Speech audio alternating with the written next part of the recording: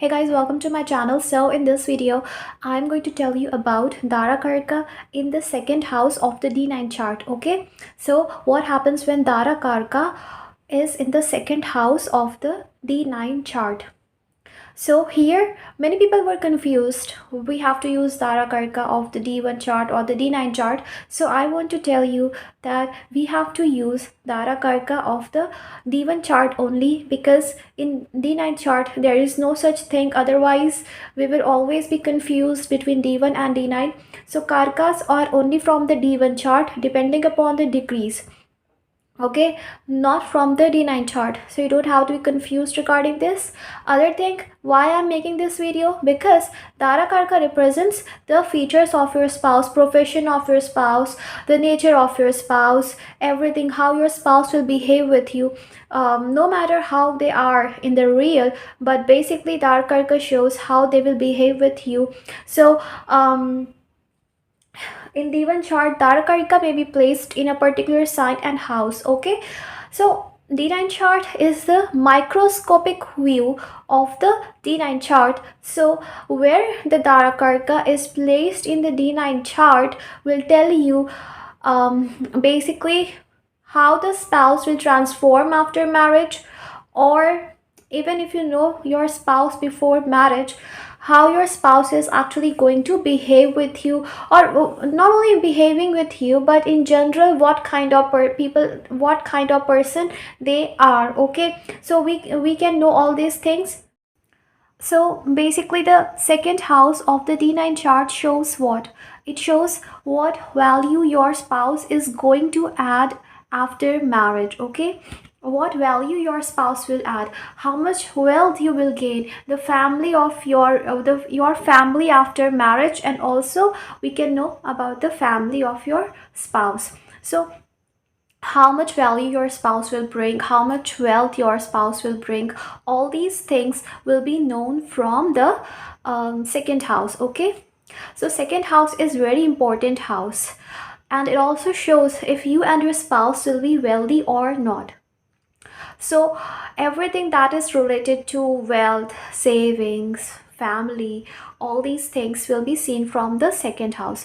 Now what happens when Darakarka goes in the second house? It shows that your spouse firstly can be wealthy, or will help you in increasing your wealth, will help you to understand your value, what is your value, who you are, how to value yourself. Maybe before meeting your spouse or before marriage, you may not know how to value yourself, but after meeting your spouse, you will learn how to value yourself. Okay?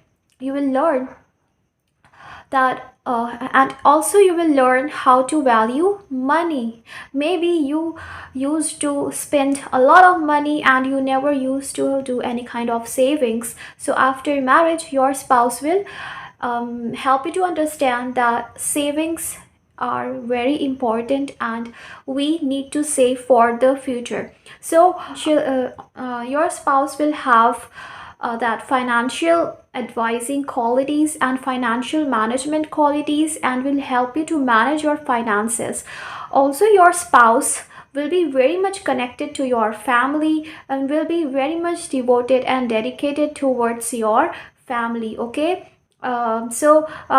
basically a family oriented spouse for whom the family is more important than anything else. So very much will be into family things, and also can be wealthy, from a wealthy family. So your spouse can help to increase your wealth, or after marriage suddenly you will see that your savings are increasing, but now the planets will tell you the different picture. Okay, so depending upon which planet is here, we have to see. um so planets, whichever planet will be your Darakaraka, that will make a huge difference. Okay, so why you have got Darakaraka in the second house? Because here your spouse is actually going to teach you something regarding wealth, finances, value system. Okay, so like a teacher. Or if the malefic planet is there, or Rahu Ketu association, then it also shows some karmic debt. Like if your wealth increases, it means that your spouse took something from you in the past life and now is coming in this life to return you. Okay, so depending upon all these things, we can know why you have got Darakaraka here. So your spouse will also value himself or herself a lot. Okay, they will never go against their dharma, they will never go against their duties. So they will be very much dharmic person, they will be very much dharmic person. Okay, so they will love to value themselves, and also your spouse may love eating, your spouse will be foodie. Your spouse will also love to go on shopping and to spend money and on luxuries or to dress up. If it is Venus, basically, if it is Saturn, will love to have simple life. Okay, and savings will become hard for you and your spouse because expenses will increase. So depending upon the planet, the things will be different. Okay, so Darakaraka placed in the second house is good, a good placement, not a bad placement, it's a good placement basically, or we can say the neutral placement. So now let's talk about the planets. For example, if it is Sun, so Sun is a planet that represents a government authority, okay, dominating, fatherly figure, status and position basically. So now it is Sun, it is going in the second house. So here of course your wealth will increase after marriage, your spouse can be in the authoritative position, educated, will follow the dharma, will follow the principles, and also will value himself or herself a lot, will value money a lot, and will be very much connected to his or her possessions. Okay, very possessive spouse. So will be very much connected to, with their possessions, whatever they possess, whatever they have. Possessions can be anything, all the possessions are represented by Taurus or second house. Okay, so very authoritative spouse you will get, and spouse will definitely help you to rise your income, your savings. But as Sun is the planet that burns the qualities of the house it sits in, so somewhere your value may, so somewhere it shows that your expenses may increase. Okay, or sometimes you may have to spend on something that you don't actually need because Sun burns the qualities. So ego issues basically can also come, like why you are keeping the money, I should keep the money. So regarding money or regarding family values, there can be some issues. Okay, there can be some ego issues. So this thing can happen. Now if it is Moon, so Moon here is very good because it shows that your spouse will bring wealth. Okay, that can be in the cash form, and also will be very good looking, very charming, will love eating, especially sweets, sweet food, chocolates and all that, and also very much emotionally connected to the family, very motherly person who loves to take care of family, and family comes first for your spouse. Okay, very motherly, very family oriented, no matter male or female, but will be very much family oriented person. Okay, so and also there will be emotional connection between you and your spouse, very emotional kind of spouse, sensitive spouse. Okay, when it comes to like emotionally attached to family and wealth. Okay, and the possessions. So yeah, it shows this thing. And now if it is Mercury, so Mercury, see here your spouse will be very intelligent, can be in the finance field, in the business field, can help you to do business. Okay, they know how to manage wealth, they know how to manage savings, and they will be very communicative. So you both can have communication regarding wealth, family. Also your spouse will love to communicate with your family. Okay, so Mercury is a good placement here. It also shows your spouse can be a teacher or will love to teach, or when they speak, it is regarding teaching something or making people understand something. So Mercury in the second house is a good placement. Also your spouse can be youthful, younger looking, will speak a lot, and can be little bit childish as well, will be very intelligent, logical, clever. Okay, so it is a good thing here. Now if it is Venus, so Venus shows that your spouse can be very creative, artistic, and also will increase your savings, will increase your finances, will increase your wealth. So your spouse will be very much good looking, okay, and creative as well, can be teacher as well. And here also they know how to manage the finances. Here also they know how to manage the wealth, because Venus is also the planet of wealth, okay. Here they want to maintain a balance between their personal and professional life. They will give time to family but also give time to their work. And they love to have beautiful home, love to decorate their home, love to do anything for their home, and also buy stuffs for decoration for their home, and also to dress well, and also to do makeup, fashion, all that things your spouse is going to love, okay. So spending money on Venus things.